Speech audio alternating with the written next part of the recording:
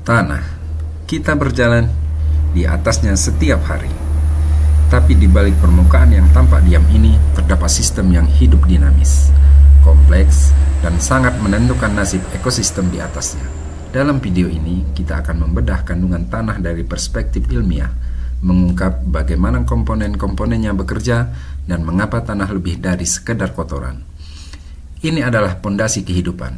Bayangkan, jika seluruh tanaman di bumi tiba-tiba berhenti tumbuh, jika ladang mengering, hutan runtuh, dan pangan tak lagi tumbuh dari tanah, apa yang salah? Jawabannya tersembunyi, hanya beberapa sentimeter di bawah kaki kita. Kita menginjak setiap hari, kita bangun rumah di atasnya, kita menanam makanan darinya, tapi seberapa banyak yang kita benar-benar tahu tentang tanah? Di balik permukaan yang tampak sunyi, tanah menyimpan kehidupan, energi, bahkan konflik kimia yang tak terlihat.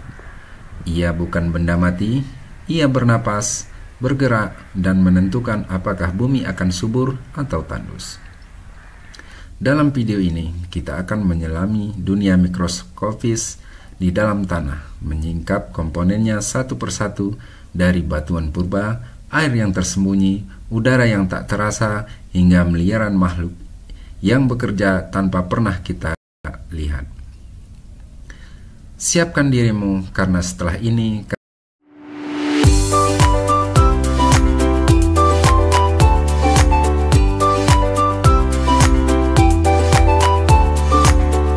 kamu tak akan pernah memandang tanah dengan cara yang sama lagi.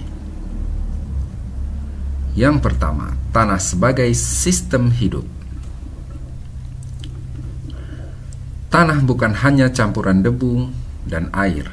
Secara ilmiah, tanah adalah sistem 3 fase: padat, cair, dan gas. Dihuni oleh jutaan organisme mikro dan makro. Ia terbentuk dari proses pelapukan batuan induk dan dekomposisi bahan organik, membentuk horizon tanah, horizon atas, atau lapisan humus penuh kehidupan mikroba. Lapisan dalam menyimpan mineral dan air. Setiap lapisan memiliki karakteristik fisik dan kimia berbeda yang menentukan produktivitas tanah. Yang kedua, fraksi mineral. Kerangka dasar tanah. Sekitar 45% massa tanah terdiri atas fraksi mineral. 3 ukuran utama partikel penyusunannya adalah yang pertama pasir. Partikel terbesar berstruktur kasar, mudah mengalirkan air tapi rendah kapasitas penyimpanan unsur hara. Lanau berukuran sedang, tekstur halus, mampu menyimpan air dengan baik. Lempung, vertikal terkecil, memiliki luas permukaan tinggi, daya ikat air dan ion sangat kuat. Kombinasi ketiga partikel ini membentuk tekstur tanah. Tekstur ini yang memengaruhi kemampuan tanah menahan air, pergerakan udara, dan interaksi kimia di dalamnya. Tanah lempung memiliki kapasitas tukar kation atau disebut dengan KTK yang tinggi, namun drainasenya lambat. Sebaliknya tanah pasir cepat kering dan kurang subur tanpa penambahan bahan organik. Yang ketiga, bahan organik, sumber energi dan keseimbangan. Bahan organik tanah yang biasanya hanya 1-5% dari total volume memiliki dampak besar terhadap produktivitas tanah. Bahan ini berasal dari sisa tumbuhan dan hewan serta mikroba tanah itu sendiri.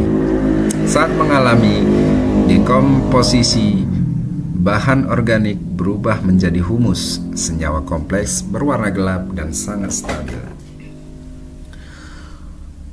Humus meningkatkan agregasi partikel tanah, memperbaiki struktur, memperbesar pori tanah, dan menahan air serta unsur hara.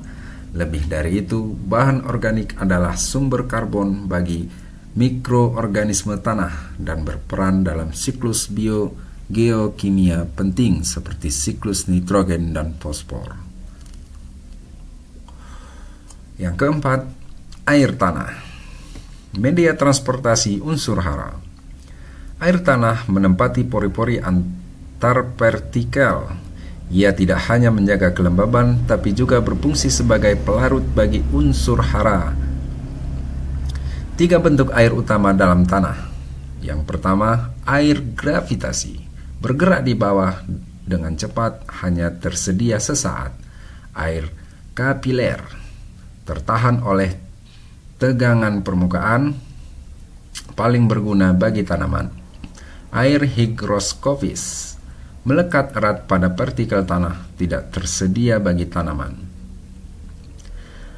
Kandungan air ideal disebut kapasitas lapang, yakni jumlah maksimal air yang bisa ditahan tanah setelah kelebihan air mengalir keluar. Disinilah tanaman mendapat pasokan air optimal. Yang kelima, udara tanah. Oksigen untuk akar. Tanah yang sehat mengandung 20-30% udara. Udara ini diperlukan untuk respirasi akar dan aktivitas mikroorganisme aerob. Tanah dengan porositas rendah atau jenuh, air akan mengalami kondisi aerobik, menghambat pertumbuhan akar dan menyebabkan akumulasi senyawa beracun seperti meta dan hidrogen sulfida. Yang keenam, organisme tanah, jaringan hayati mikroskopis. Tanah mengandung miliaran mikroorganisme per gram. Bakteri, jamur, Actinomycetes, protozoa, dan nematoda semuanya memiliki peran penting. Yang pertama, mengurai bahan organik, meningkatkan ketersediaan unsur hara, melindungi akar dari patogen.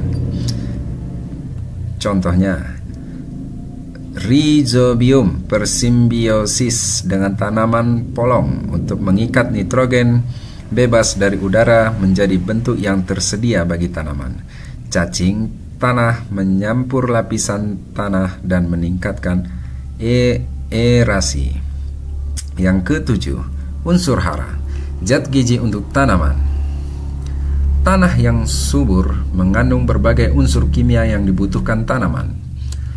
Mikronutrien utama meliputi yang pertama nitrogen atau disebut dengan N, pembentuk protein dan klorofil.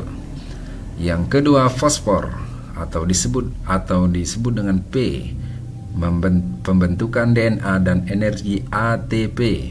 Kalium, reguler air dan aktivitas enzim yang sering kita kenal dengan NPK. Tiga unsur ini yang sering kita dengar di dalam pupuk-pupuk kemasan-kemasan seperti NPK. Itulah nitrogen, fosfor, kalium.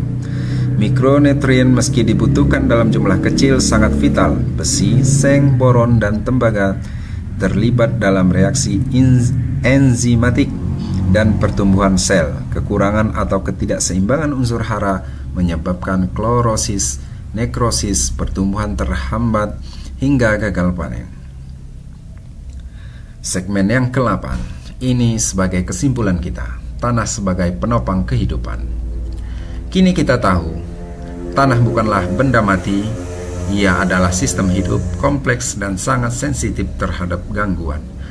Kandungan mineral, bahan organik, air, udara, dan kehidupan mikrobiologisnya berinteraksi terus-menerus untuk menopang kehidupan.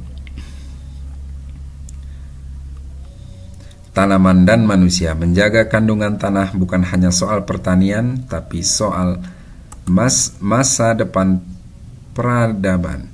Tanah yang sehat berarti pangan yang cukup, air yang bersih, dan ekosistem yang stabil. Terima kasih sudah menonton. Jika Anda menyukai konten seperti ini, Jangan lupa untuk subscribe, like, dan bagikan ke teman-teman Anda. Sampai jumpa di eksplorasi ilmiah berikutnya. Wassalam.